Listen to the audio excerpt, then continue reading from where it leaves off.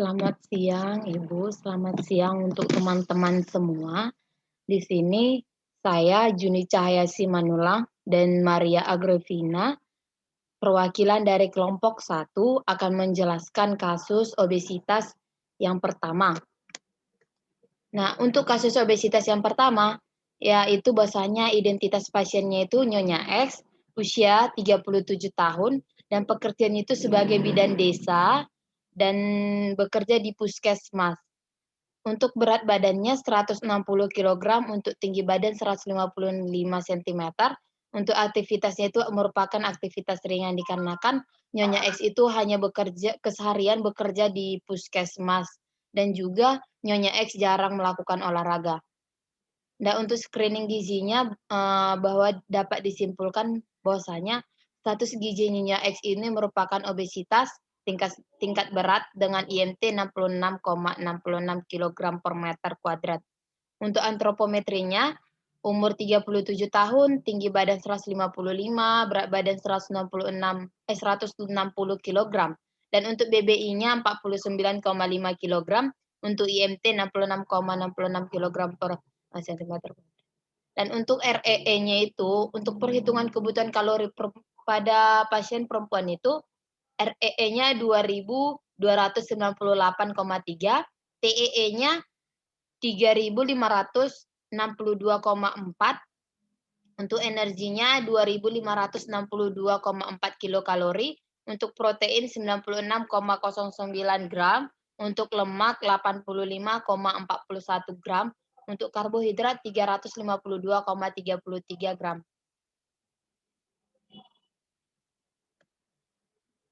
Iya, untuk biokimianya ini tidak terdapatlah biokimia dari kasus dan juga fisik klinisnya. Dan untuk riwayat makannya, bahwasanya Nyonya X ini menyukai makanan gorengan, khususnya pempek, dan juga makanan utamanya itu sering menambah nasi 3 centong.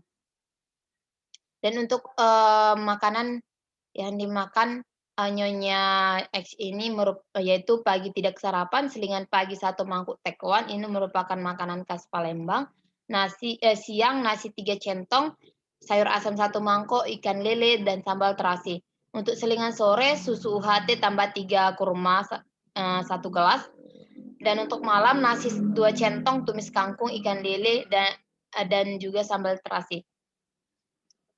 Dan untuk asupan makanannya, total dari keseluruhan itu didapati bahwasanya energi 2.484 kilokalori, lemak 59,03 gram, dan untuk protein 90,86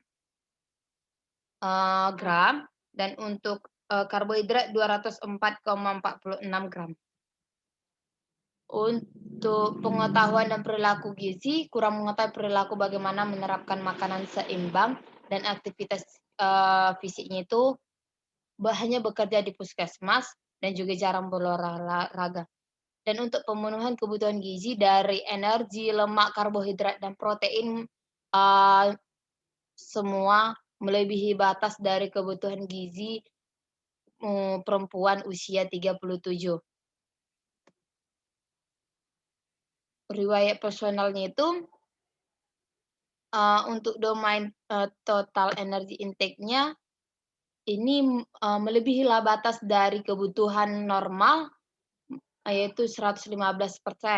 Untuk tipe out of food-nya itu, nah makanan yang dimakan dari Nyonya X ini intervensinya bahwasanya makanan dikonsumsi mengandung banyak lemak karena proses pengolahan makannya dengan digoreng dan mengandung minyak yang tinggi dan berlebihan dalam mengonsumsi nasi sebagai sumber karbohidrat. Untuk total fat-nya itu juga melebihi 98,3%. Jumlah proteinnya juga melebihi jumlah protein, yaitu 454,3%. Untuk karbohidratnya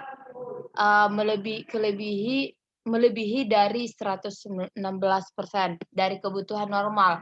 Dan tipe physical activity-nya itu juga merupakan aktivitas ringan. Dan dapat disimpulkan bahwasanya yang pertama, kelebihan asupan energi, lemak, protein, dan karbohidrat. Yang kedua, kebiasaan mengonsumsi makanan digoreng dan manis. Dan tiga, aktivitas fisik rendah. Untuk antropometrinya itu, untuk tinggi badan itu termasuk normal, berat badan berlebihan, untuk IMT-nya itu termasuk obesitas tingkat 2. Ya, untuk client historinya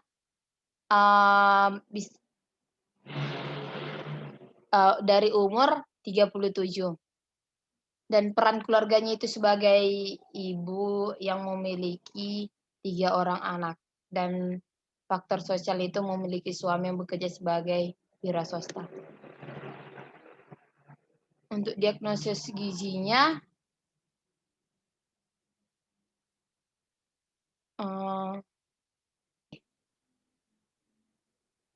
kemudian diagnosa gizi.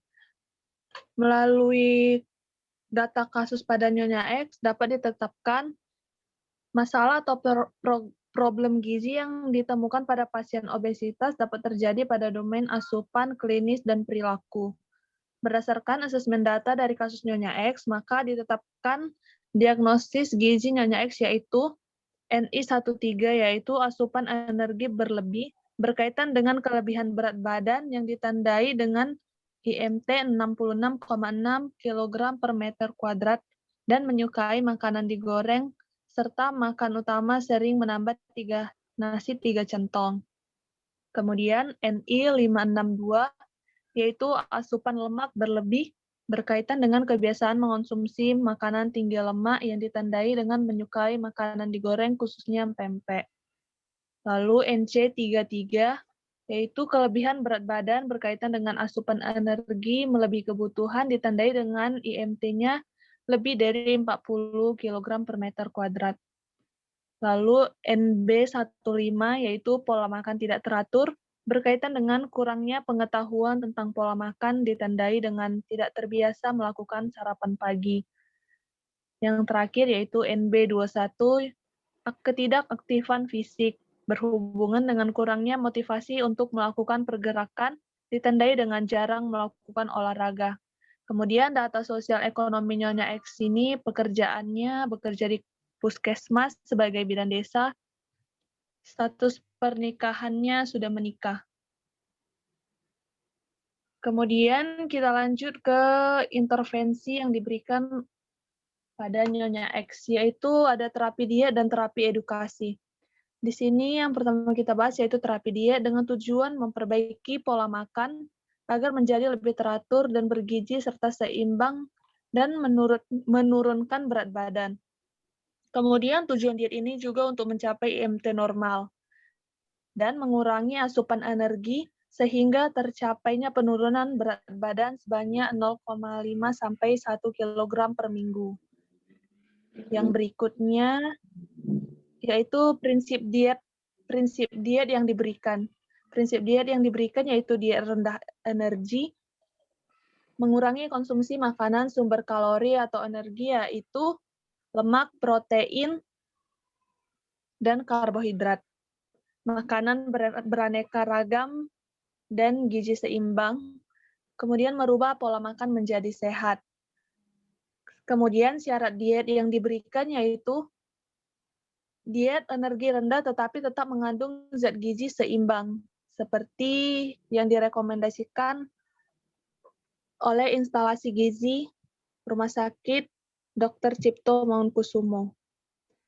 Yaitu dengan syarat diet yang pertama, diet energi rendah dengan cara mengurangi asupan energi sebanyak 500 sampai 1000 kilokalori per hari dari kebutuhan normal. Kemudian protein yang diberikan 15-20% dari kebutuhan energi total. Lemak yang diberikan sedang 20-25% dari kebutuhan energi total. Nah, di sini lemak yang digunakan yaitu sumber lemak yang mengandung lemak tidak jenuh ganda. Untuk karbohidratnya diberikan lebih rendah yaitu 55-65% dari kebutuhan energi total dengan menggunakan lebih banyak sumber karbohidrat kompleks. Kemudian diberikan vitamin dan mineral sesuai dengan kebutuhan dan cairan diberikan cukup, yaitu 8-10 gelas per hari. Nah, preskripsi diet pada Nyonya X ini yaitu energi yang diberikan ini seharusnya energi yang diberikan 2.562,4 kilokalori. Proteinnya di sini diralat ya teman-teman. Proteinnya 96,09 gram. Lemak yang diberikan 85,41 gram, karbohidratnya 352,33 gram. Kemudian kita lanjut ke terapi edukasi yang diberikan. Terapi edukasi dengan tujuan untuk meningkatkan pengetahuan pasien mengenai pola hidup sehat, memberikan penjelasan mengenai tentang pemilihan bahan makanan yang rendah lemak, karbohidrat, dan tinggi serat. Kemudian memberikan penjelasan mengenai jenis makanan yang baik untuk dikonsumsi, dan agar pasien dapat berkomitmen dalam menerapkan pola hidup sehat dengan memperhatikan jenis dan bahan makanan yang dikonsumsi, serta rajin berolahraga. Terapi edukasi ini sasarannya Nyonya X, tempat pelaksanaan rumah sakit atau ruang ahli gizi, metodenya konseling dan intervensi gizi dengan alat bantu, leaflet, dan buklet. Materinya mengenai obesitas, yaitu pengertian tipe-tipe obesitas, penyebab obesitas, penyakit yang diakibatkan obesitas, dan prinsip gizi seimbang untuk penderita obesitas dewasa. Kemudian kita lanjut ke rencana monitoring dan evaluasi. Untuk monitoring dan evaluasi pada Nyonya X, yang pertama kita melihat dari antropometrinya.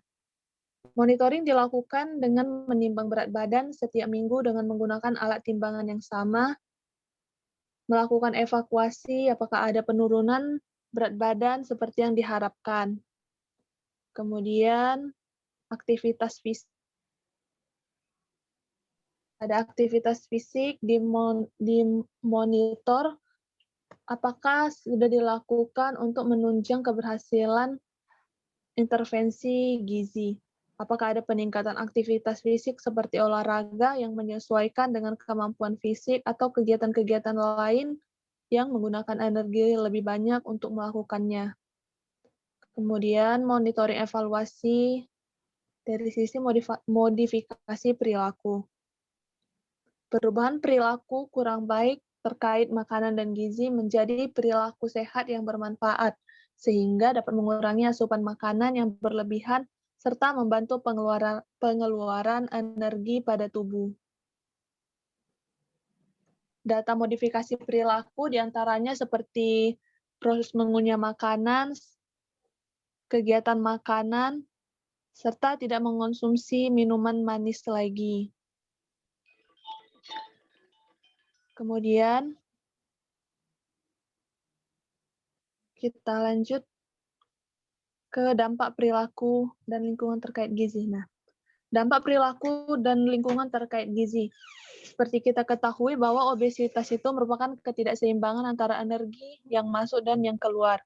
Hal ini terjadi karena multifaktor seperti kurangnya aktivitas fisik. Di sini kejadian obesitas ini lebih banyak terjadi di wilayah perkotaan jika dibandingkan dengan wilayah pedesaan. Hal ini dihubungkan dengan gaya hidup, di mana gaya hidup di wilayah perkotaan menjadi pusat perkembangan ekonomi, sehingga segala fasilitas dan kenyamanan mudah untuk didapatkan. Hal inilah yang memberikan dampak terhadap penurunan aktivitas fisik pada setiap orang. Kemudian dampak asupan makanan dan gizi. Seperti kita ketahui, peningkatan kemakmuran itu diikuti oleh perubahan gaya hidup serta kebiasaan makan. Pola makan di kota-kota itu bergeser dari pola makan tradisional yang mengandung banyak karbohidrat, serat, dan sayuran menjadi ke pola makan barat, seperti yang sering kita jumpai di perkotaan, yaitu banyaknya penyebaran fast food. Kemudian dampak terhadap tanda dan gejala terkait gizi. Bahwa obesitas ini dapat mempengaruhi tekanan darah. Dapat mempengaruhi tekanan darah, di mana tekanan darah tinggi ini terdapat pada lebih dari sepertiga orang obesitas menurut survei yang telah dilakukan. Kemudian kita lanjut slide berikutnya. Analisis screening dan antropometri. Seperti kita ketahui bahwa dari kasus Nyonya X ini, dia mengalami kelebihan berat badan obesitas dengan IMT, yaitu 66,6. Dari data asesmen itu, Nyonya X dijelaskan bahwa keseharian Nyonya X terdapat faktor-faktor yang memicu terjadinya obesitas, seperti kesehariannya saat pandemi WFO hanya 2 kali seminggu, selain itu jarang berolahraga. Kemudian pasien memiliki kebiasaan tidak sarapan. Sementara sarapan itu merupakan bagian dari pola makan. Salah satu manfaat dari sarapan yaitu tersedianya energi yang cukup untuk beraktivitas. Apabila sarapan terlewati, maka seseorang akan cenderung untuk mengonsumsi makanan tinggi kalori yang akhirnya akan berakibat pada peningkatan kadar lemak tubuh. Kemudian analisis dokter atau ahli gizi. Pada kasus Nyonya X ini diperlukan penanganan maupun program menurunkan berat badan, di mana untuk penanganan tersebut melibatkan dokter serta ahli gizi. Dan dalam jangka waktu berapa lama untuk mencapai penurunan berat badan yang sesuai dengan jangka waktu yang telah ditentukan. Kemudian slide berikutnya. Analisis diagnosis gizi telah dijelaskan pada slide sebelumnya, yaitu terjadi pada domain asupan, klinis, dan perilaku. Kemudian analisis intervensi seperti yang telah dijelaskan juga sebelumnya, yaitu intervensi yang diberikan merupakan terapi diet dan terapi edukasi. Analisis monitoring dan evaluasi dengan melihat data asupan makanan sehari-hari serta melakukan monitoring terhadap berat badan Nyonya X tersebut. Kemudian kesimpulannya itu obesitas itu merupakan ketidakseimbangan antara konsumsi kalori dengan kebutuhan energi yang disimpan. Kemudian dari kasus ini dapat disimpulkan Nyonya X dikategorikan mengalami kelebihan berat badan tingkat berat dengan IMT 66,6 kg per meter kuadrat, sehingga dalam melakukan penanganan maupun program menurunkan berat badan diperlukan dokter serta ahli gizi untuk penurunan berat badan tersebut. Kemudian slide berikutnya yaitu menu untuk pasien, yaitu Nyonya X.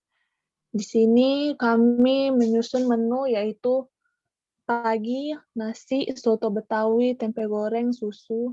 Kemudian selingan siangnya, rujak.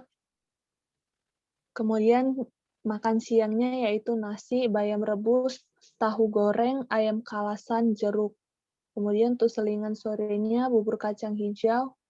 Malamnya nasi, sop daging, tempe bacem, pisang ambon. Dengan total energinya yaitu 2.462,5,